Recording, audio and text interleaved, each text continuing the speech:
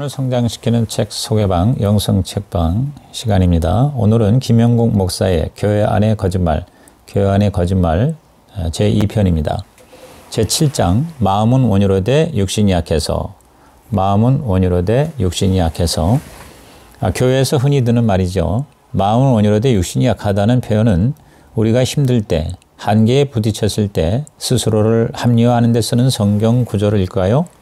성경 로마서에서는 우리 인간이 어떤 존재라고 하나요? 첫째, 로마서는 우리가 하나님의 사람이 되었다고 말합니다. 우리의 신분이 바뀌었다고 말합니다. 전에는 죄의 종이었지만 이제는 하나님의 종으로 거룩함이 이르는 열매를 맺고 있다고 말합니다. 예배의 열매, 사랑의 열매, 섬김의 열매를 맺으면서 마지막 영생의 열매를 거두게 됩니다. 뿐만 아니라 우리 속에 하나님의 능력이 있습니다. 우리의 신분을 바꿔주실 뿐만 아니라 하나님을 닮아가는 목표를 이룰 수 있도록 우리 속에 하나님의 능력, 즉 성령을 주셨습니다. 우리 속에 있는 성령을 따라 살면 율법의 요구, 즉 우리의 거룩한 소원을 이룰 수 있습니다. 마음은 원하지만 육신이 약해서 라고 말하는 이유는 대부분 성령님에 대해서 잘 모르거나 성령님을 의지하지 않기 때문입니다. 성령님을 개념으로만 알기 때문입니다. 성령은 실제적으로 우리 힘으로는 도저히 살아낼 수 없는 삶을 가능하게 하셨습니다. 우리 안에는 하나님의 사랑도 있습니다. 그 사랑 때문에 우리는 세상을 넉넉히 이길 수 있습니다. 사도 바울은 우리를 위해서 아들을 내어주신 것을 통해 하나님의 사랑을 확증하셨다고 말합니다. 그 사랑이 우리 마음에 있습니다. 이 사랑 때문에 그리스도인들은 이 땅을 살면서 겪게 되는 여러 어려움에도 굴복하지 않습니다. 그리스도인으로 살려면 반드시 어려움이 따릅니다. 그리스도인의 표지는 어려움이라고 할 수 있습니다. 그러나 하나님의 사랑이 우리 속에 있기에 그 어려움을 오히려 자랑할 수 있습니다. 어려움을 통해 인내와 소망이 생기기 때문입니다. 하나님의 사랑이 마음속에 박제가 아니라 살아있다면 우리를 감격시키고 지친 몸을 다시 일으키게 합니다. 하나님의 능력과 사랑이 우리 안에 있다면 우리 삶은 마음은 원하지만 육신이 약해서가 아니라 마음이 원하니 육신도 따라오더라 라고 말할 수 있습니다. 어떻게 그런 삶이 가능할까요? 첫째, 변명을 대체하는 비전을 가져야 합니다. 하나님의 자녀라는 신분에 걸맞는 비전, 즉 거룩함에 이르는 삶을 추구하는 것입니다. 우리는 무엇을 하느냐가 아니라 어떤 사람이 되느냐에 관심을 가져야 합니다. 성경을 보면서 예수님을 자꾸 닮아야 합니다. 너는 하나님의 자녀다. 너는 하나님을 닮도록 지음을 받았다. 너는 거룩함에 이를 수 있다. 너는 예수님처럼 멋진 삶을 살 수 있다는 소리에 귀를 기울여야 합니다. 변명을 버리고 분명한 목적의식을 가지고 놀라운 삶을 살아야 합니다. 둘째, 우리 속에 있는 부활의 능력을 의지해야 합니다. 우리의 놀라운 특권은 성령께서 우리 속에 함께 하신다는 것입니다. 우리는 그 성령님을 의지해야 합니다. 육체적 한계를 뛰어넘는 길은 성령님의 힘을 의지하는 것입니다. 교회에서 리더로 사역을 하려면 시간적, 환경적, 심리적, 사회적 한계를 넘어야 합니다. 성경의 사도들은 어려움을 겪었지만 나중에 다 잘 되었다는 식의 간증을 하지 않습니다. 오히려 끝까지 어려움을 겪었지만 믿음을 저버리지 않았다는 간증이 대다수입니다. 부활의 능력, 성령의 능력으로 그 어려움을 겪었다는 것입니다. 셋째, 우리에게 부어주신 주님의 사랑을 기억해야 합니다. 기독교는 하나님의 사랑을 받는 종교입니다. 하나님의 사랑을 받았기에 이웃을 사랑합니다. 예배를 소중히 여기는 이유는 예배 때마다 하나님의 그 사랑이 부어지기 때문입니다. 좋은 예배는 하나님과 눈을 맞추는 예배입니다. 그런 예배를 통해서 우리 마음속에 성령으로 말미암아 하나님의 사랑이 부어지는 것을 경험합니다. 우리는 마음은 원하지만 육체가 약한 것이 아닙니다.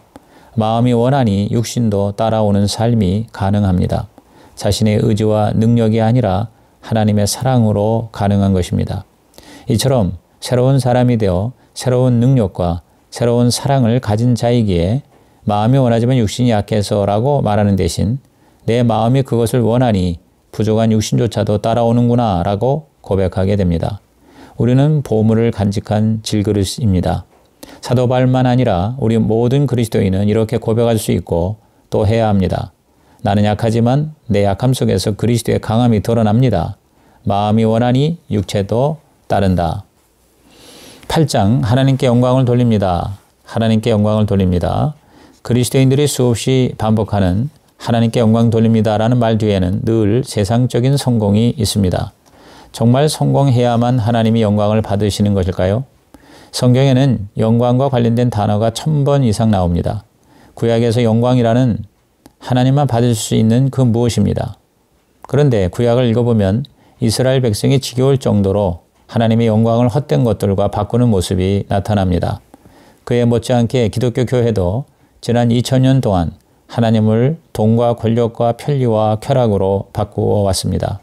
그럼에도 불구하고 하나님은 자신의 영광을 다시 회복할 계획을 세우십니다. 그것이 예수 그리스도를 통해 나타나는 하나님의 영광입니다. 사복음서에 보면 예수님은 가는 곳마다 죄를 사하시고 병을 고치시고 문제를 해결하심으로 하나님의 영광을 드러내셨습니다. 그래서 예수님을 보는 것이 하나님을 보는 것이 되었습니다. 비천한 사람들이 교회를 세울 수 있었던 것은 이들이 예수라는 인물 속에서 하나님의 영광을 보았기 때문입니다. 하나님은 그의 영광을 개인이 아닌 그리스도인 공동체인 교회에 주셨습니다. 그래서 영광스러운 교회가 되게 하십니다. 그러므로 교회가 이 땅에서 하나님의 영광을 나타내지 않으면 교회가 아니라 하나님이 치욕스러워지시는 것이 됩니다. 구약을 통해 교회를 거쳐 흐르는 하나님의 영광은 우주적인 회복이 일어날 때에 완벽하게 나타날 것입니다. 그래서 하나님의 영광은 예수님의 재림과 깊은 관련이 있습니다. 천국의 도성은 하나님의 영광 그 자체입니다. 하나님의 영광은 첫째, 하나님이 하나님으로 여김을 받으실 때 나타납니다. 그것이 바로 예배의 자리입니다. 예배는 일상이 되어 하루에도 몇 차례씩 하나님 정말 대단하십니다 라고 하나님의 피조물 세계를 보고 감탄하고 감사해야 합니다. 둘째, 예수님이 하나님으로 고백될 때 하나님이 영광을 받으십니다. 사람들이 예수님을 보고 아, 하나님이시구나, 하나님이 예수님을 통해 인간을 이처럼 사랑하시는구나 라고 고백할 때 하나님은 많이 영광을 받으십니다. 셋째로, 하나님의 백성이 자신의 삶으로 하나님을 드러낼 때 하나님은 영광을 받으십니다.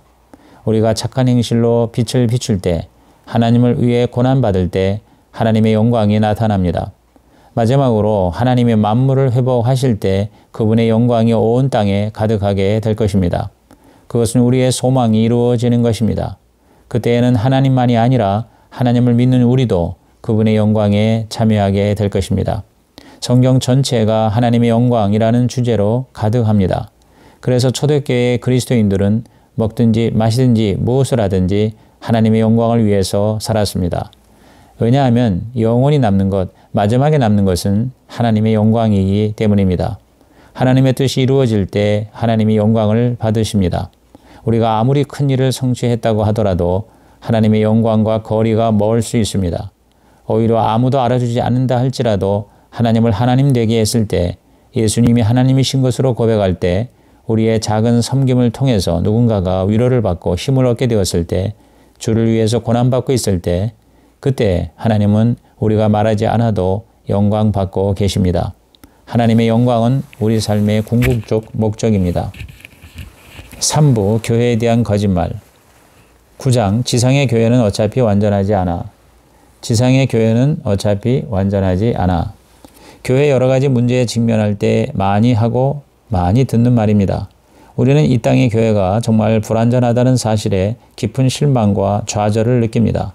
그래서 이른바 가난한 성도가 갈수록 늘어납니다. 반면 적지 않은 성도들은 교회의 머리 되신 주님이 교회를 버리지 않으셨는데 내가 어떻게 교회를 저버릴 수 있을까라는 마음으로 교회에 남아 있습니다. 그러면서 교회의 여러 문제들에 대해서 합리화하거나 책임을 방기해 버리기도 합니다. 그러나 변명과 합리화가 문제를 해결하지 못합니다. 우리는 교회에 대한 오해를 풀어야 하고 교회의 본질을 더욱 붙잡아야 합니다. 교회는 건물이 아닙니다. 신약 성경에 교회라는 에클레시라는 단어가 114회 사용되었는데 건물을 지칭하는 경우는 단 한 건도 없습니다. 교회는 또한 주일에 예배드리는 사람들도 아닙니다. 그것은 주일 예배 모임 혹은 집단일 뿐입니다. 교회의 다양한 프로그램과 사역도 교회의 본질이라기보다는 교회의 여러 가지 속성과 역할 혹은 기능입니다. 그렇다면 교회는 과연 무엇일까요? 교회는 예수님을 받아들인 제자들의 공동체입니다. 교회는 예수님이 가르치신 하나님의 나라와 관련이 있습니다. 예수 메시아의 오심과 죽으심과 부활을 통해 하나님의 나라가 임했다는 사실을 믿는 사람들이 바로 교회입니다. 신약의 처음 교회는 예수가 메시아이며 그가 약속하신 보혜사 성령이 그들 가운데 오심을 통해 예수님이 선포하신 하나님 나라가 도래했다는 사실을 믿었습니다. 그리스도인이라는 크리스티아노스라는 단어는 그리스도께 속한 사람, 그리스도의 것이라는 뜻입니다. 그리스도인이 가는 곳마다 하나님 나라가 선포되었고 그 선포되는 곳마다 하나님의 교회가 세워졌습니다. 신약의 교회들은 결코 완전하지 않았습니다. 그들의 관심은 완전해지는 것이 아니라 이 땅에 임한 하나님의 나라를 자신들이 먼저 누리고 다른 사람들에게 전하는 것에 집중했습니다. 세상에 완전한 교회는 없습니다. 그러나 진정한 교회, 어센틱 처치는 있습니다. 진정한 교회는 첫째, 예수님이 세워 가시게 하는 교회입니다. 교회는 예수님의 것이고 예수님이 세우십니다. 교회는 예수님이 다스리시도록 해야 합니다. 하나님 나라란 하나님의 다스림입니다.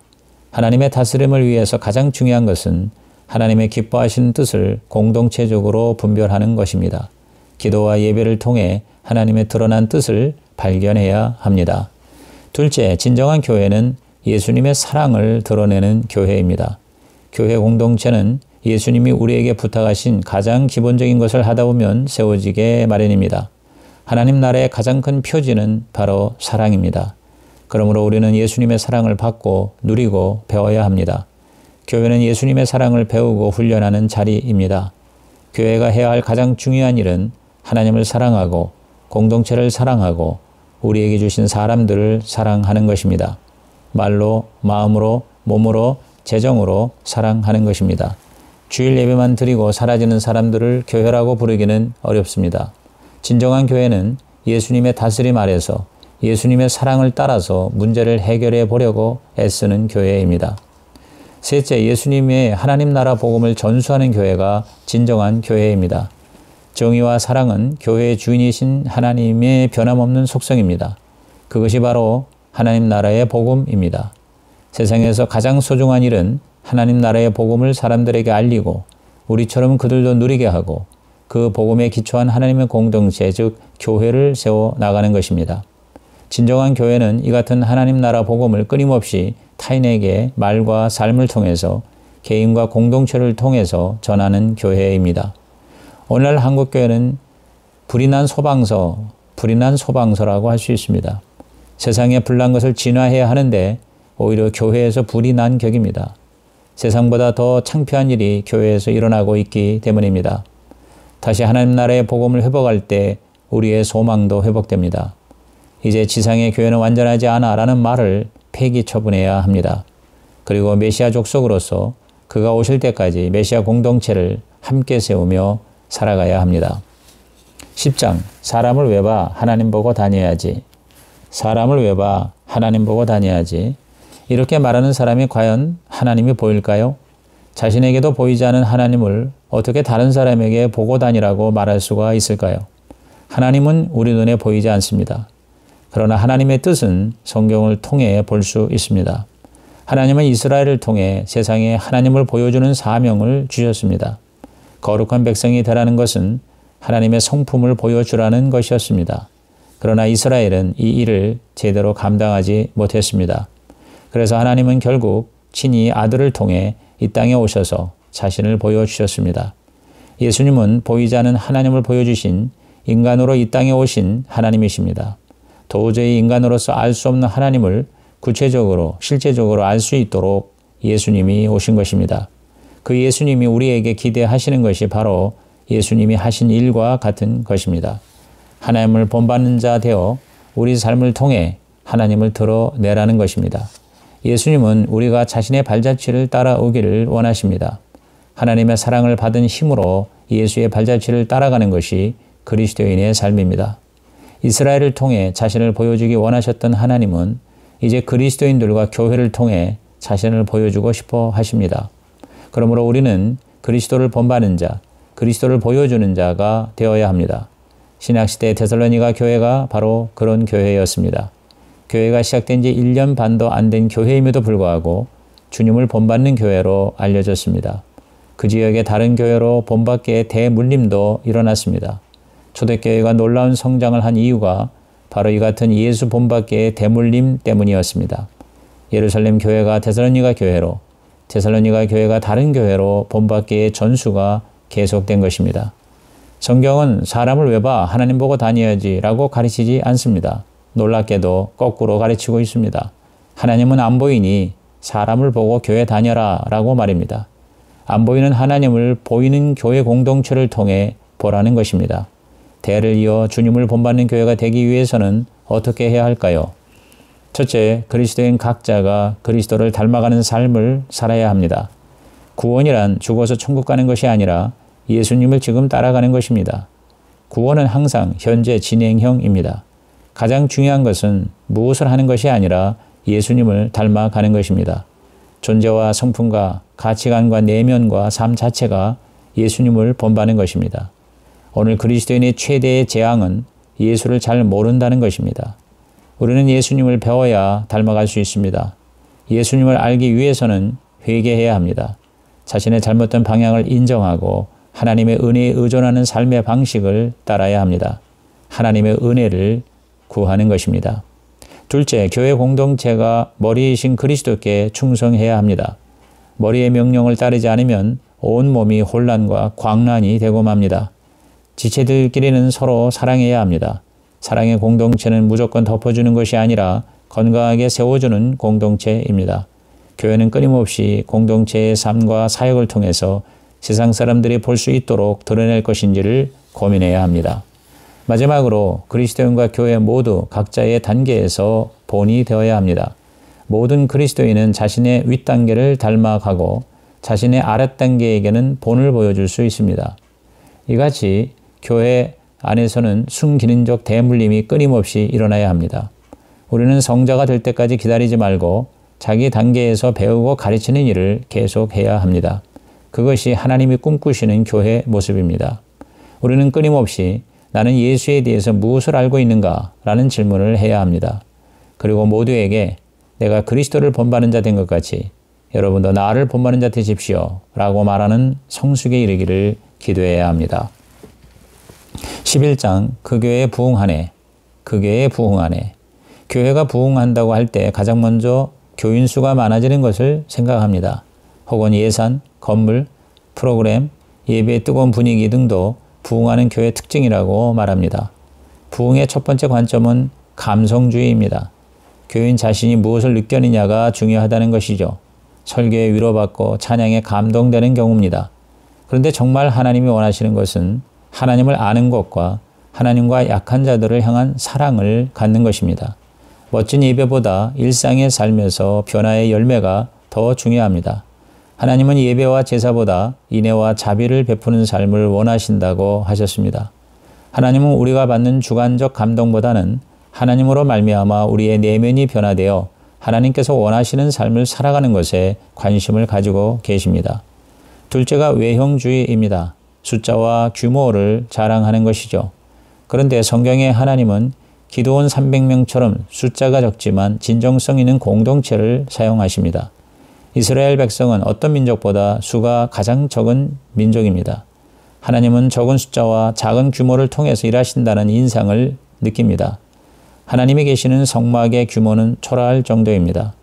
성막의 대지는 약 400평이고 실제 성막에 지어진 면적은 20평에 불과합니다. 지성소는 겨우 7평에 불과하고 하나님 임재의 중심인 속죄에서 보좌는 길이가 1m, 너비가 50cm에 불과합니다. 하나님은 이렇게 초라하고 작은 곳에 계시겠다고 말씀하셨습니다. 겨자씨 믿음을 말씀하신 하나님은 규모가 아니라 그 속에 있는 생명력을 더 중요하게 여기십니다. 부흥이란 하나님이 개입하셔서 하나님의 방식으로 하나님 자신을 드러내는 것입니다. 교회는 건강한 교회가 있고 건강한 교회보다 높은 수준의 부흥하는 교회가 있습니다. 건강하게 부흥하는 교회의 첫째 요소는 나에서 하나님으로 중심이 옮겨지는 것입니다. 우리는 처음에 자신과 관련된 문제로 하나님을 찾기 시작하지만 그 관심이 나에서 하나님으로 옮겨가야 합니다. 부흥하는 교회는 자신보다 하나님, 예수님에게 관심이 많습니다. 두 번째로 건강하게 부흥하는 교회는 나에서 이웃에게 초점이 옮겨집니다. 우리의 현실은 이웃이 누군지를 잘 모른다는 것입니다. 그래서 우리는 누구를 사랑해야 하는지를 모르고 사랑해야 할 사람이 없는 것 같습니다. 그러나 부흥하는 교회에서는 우리 각자가 사랑해야 할 사람들이 있습니다. 친구와 동반자가 있는 곳, 그것이 바로 부흥하는 교회입니다. 세 번째로 건강하고 부흥하는 교회는 나에서 세상으로 옮겨집니다. 우리 각자의 비전이 무엇인지 찾도록 도와줍니다. 세상을 있는 그대로, 더 나아가 하나님의 시각으로 바라봅니다. 공허한 세상을 충만케 하는 일을 지금 하나님이 하고 계시는데 이 일의 동역자가 바로 교회입니다. 부흥하는 교회는 그리스도의 충만하심에 이르러서 만물을 충만케 하시는 하나님의 놀라운 사역에 참여합니다. 그렇다면 부흥하는 교회가 되려면 어떻게 해야 할까요? 첫째로 다니지만 말고 속해야 합니다. 교회는 공동체입니다. 다니는 데는 공동체가 아닙니다. 교회는 대합실이 아니라 만물을 충만케 하시고 세상의 삶의 의미를 가져다주는 역할을 하도록 하나님이 정하신 하나님 나라 백성들의 공동체입니다.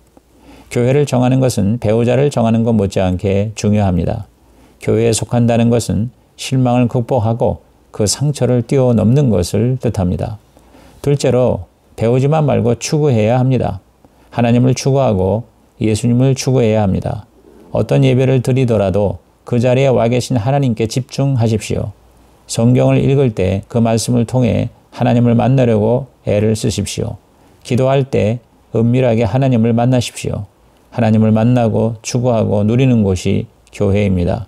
하나님을 인격적으로 추구하는 것이 신앙입니다. 셋째로 따라가지만 말고 함께 살아야 합니다. 리더가 없는 사람은 교만한 사람입니다.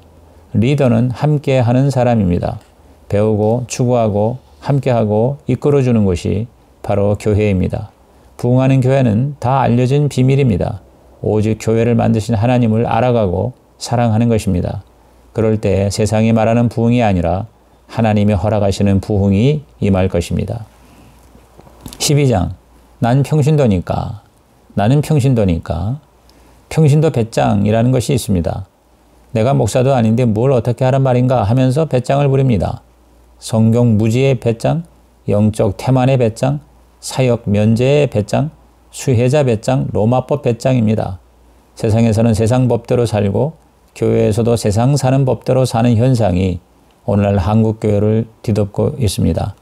이제는 아예 거꾸로 교회 속으로 세상이 들어와 버리는 현상이 나타나고 있습니다. 나는 평신도니까 라는 말이야말로 교회에서 사라져야 할 거짓말입니다. 성경에는 평신도라는 말이 없습니다. 예수를 믿는 자는 차별 없이 하나입니다. 신약교회가 로마 제국과 병합되면서부터 사제 즉 성직자와 평신도라는 이원론이 교회 속에 들어왔습니다. 그러나 종교개혁자들은 만인 제사장론을 주장했습니다. 성경을 번역해서 평신도도 자기의 언어로 읽을 수 있게 되었습니다. 성경은 분명히 모든 그리스도인이 제사장이라고 했습니다. 이제 모든 그리스도인들이 하나님 앞에 설 수 있습니다. 하나님과 우리 사이의 유일한 중보자는 오직 예수 그리스도이십니다. 목사만 아니라 모든 성도가 제사장입니다. 우리 모두 하나님 앞에 설 수 있는 존재가 되었을 뿐만 아니라 사람들을 하나님 앞에 이끄는 존재가 되었습니다. 그렇다고 모든 성도가 다 같은 것은 아닙니다. 교회는 두 종류의 성도가 있습니다. 하나는 에베소서 4장에 나오듯 사도, 예언자, 복음 전하는 자, 목사와 교사로 불리는 사람들로서 특별하게 준비되고 훈련되어 교회를 세우는 일에 헌신된 리더들입니다. 이들은 일반 성도들을 준비시키고 무장시키는 일을 합니다. 또 다른 하나는 봉사의 일을 감당하는 성도입니다. 즉 성도를 무장시켜 사역을 감당하도록 해주는 성도와 자신의 사역을 찾아서 사역적인 삶을 감당하는 성도 두 부류가 있다는 말입니다. 이제 우리는 평신도라는 성경에 없는 말 대신에 진정한 성도가 되어야 합니다. 우선 예수 그리스도를 따라가며 알아가야 합니다. 말씀을 듣고 순종하고 적용하는 삶을 살아야 합니다. 아울러 예수 그리스도를 전하고 따르게 해야 합니다. 나만 주님 따라가는 게 아니라 남도 따라가게 하는 것이 진정한 성도입니다. 성도의 가장 중요한 일은 복음을 전하고 복음에 걸맞게 살 수 있도록 다른 사람을 섬기는 것입니다. 목사 혼자 독차지하고 있던 복음 전하는 일, 제자 세우는 일을 성도들이 같이 해야 합니다. 또한 예수 그리스도의 공동체를 세워야 합니다. 조직이 아니라 함께 살아가는 공동체입니다. 서로의 약점을 지켜주는 공동체가 안전한 공동체입니다. 마지막으로 예수 그리스도의 제사장 사역에 동참하는 것입니다. 평신도 배짱은 그것을 버린 성도들이 스스로 제사장으로서의 삶을 살아가고 그들의 공동체에서 하나님을 드러내는 모습을 보여야 합니다. 평신도는 없습니다. 성도만 있을 뿐입니다.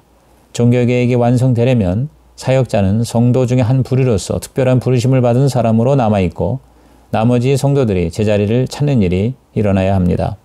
어느 목사에 의해 혹은 한두 사람에 의해 좌지우지되는 교회가 아니라 성도들이 중심의 자리를 잡고 누구도 흔들 수 없는 하나님이 원하시는 교회를 소망해야 합니다.